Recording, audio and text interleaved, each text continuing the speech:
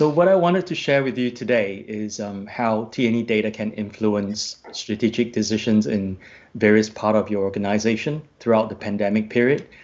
I'll be showing you today some areas, hopefully, your T&E data are leading you to think about, in terms of the actions, the decisions, and the collaborations within your company. And the aim ultimately is to bring greater governance and control, reduce the various risk impact to your own organization, and in the process achieve some cost avoidance. That would be great.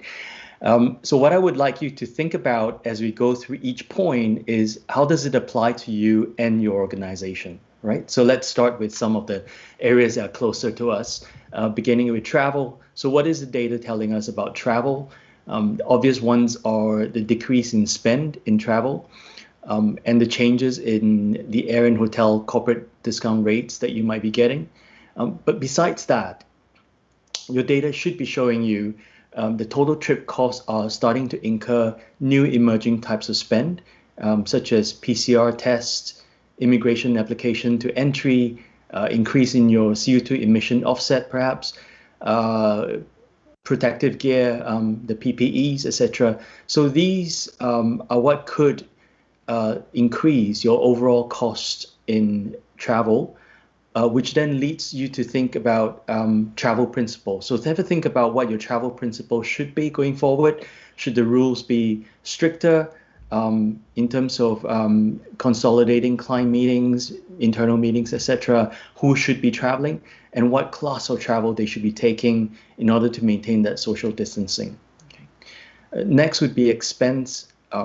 Has your expense data been showing you the change in the usage of the different kind of expense categories? For example, there would be a significant drop in travel categories, but perhaps an increase in work from home equipment, meals, furniture even, and stationaries. So these are things that are going to start coming through your expense data. How do you handle hard copy receipts in jurisdiction where you still need hard copies?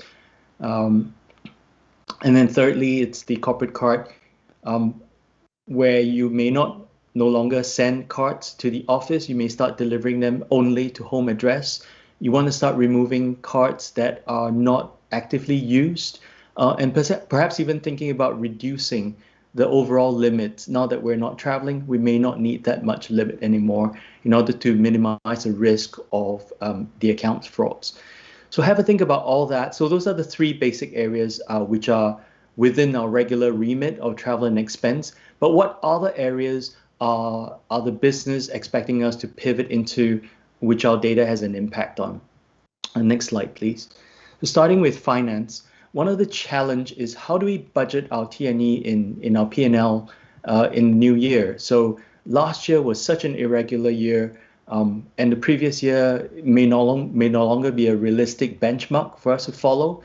So there are different ways of budgeting given last year, and there's no right or wrong approach. What I would say that the biggest tip I can give is to make sure that however you're budgeting in your organization, just make sure it's consistent across all the teams and the departments. So consistency is a key word. Otherwise, the numbers will be skewed and you'll not have an effective way of accurately tracking the performance of your budget. Next slide, please. So next is corporate real estate. So a lot of your real estate departments would probably be thinking about the return to office strategy. And the strategy has a direct impact on your ground transportation. It'll have an impact on your expense program as well because of courier services. You may be thinking about meal allowances to replace on-site restaurants in the office. So have a think about how the return to office will have an impact of your expense program going forward. And next slide, please. Insurance is another area similar to budgeting. It's quite a challenge at the moment. The travel data is used for business travel insurance premium calculation, which you need to think about how your premium will be calculated going forward. And potentially, is there any other things that you need to include in your insurance program that are COVID related in terms of the risk and so on that you want to include in your insurance program? Okay, next slide, please. So tax is one of the biggest area that I've been working very closely with throughout pandemic. It's to evaluate any tax impact on COVID-related expenses, such as your work from home equipment, commute to office, and are these going to be treated as personal taxable benefits? So especially things like if you're going to allow late night meals to now be delivered to home, that may have a personal taxable benefit to your organization and to the individuals as well. So tax would be one of the areas I would say work very closely with. Next slide, please. Legal is another area. So it's mainly around corporate social responsibility. It's about if you're asking employees to travel to office or to travel overseas for business, what is the liability that the organization is picking up from there? And it's been a huge discussion around that as a result of COVID.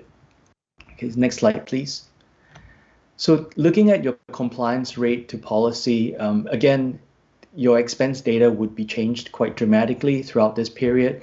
A lot of the items that we perhaps previously would not allow in the policy are now part of the day-to-day things like morale funds, mentioned a lot earlier about meals, home, furniture, etc. So these are traditionally non-compliant expenses, but may be compliant going forward. So when you're reviewing your percentages of compliance, do take those into account.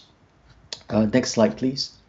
And last but not least, in terms of environmental, so most of us would have crushed our emission target last year because of the lack of travel.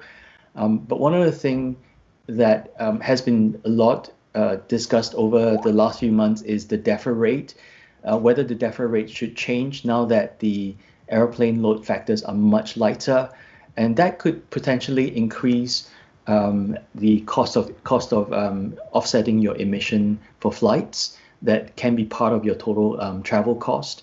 The other thing would be as your air travel drops, your increase in the emission on ground transportation and public transportation might increase as well. So the whole travel to office, employees feel more safe in the car rather than public transportation. So all that will cause an increase in your CO2 emission for your ground transportation. Okay, so those, I know I've kind of ran through very quickly today about all the different areas, but definitely those are areas I would call out to have a think about how that would affect your program going forward, and also how it will affect your data, which will have an influence on the spend in those areas. Okay, thank you. Back to you, Jen.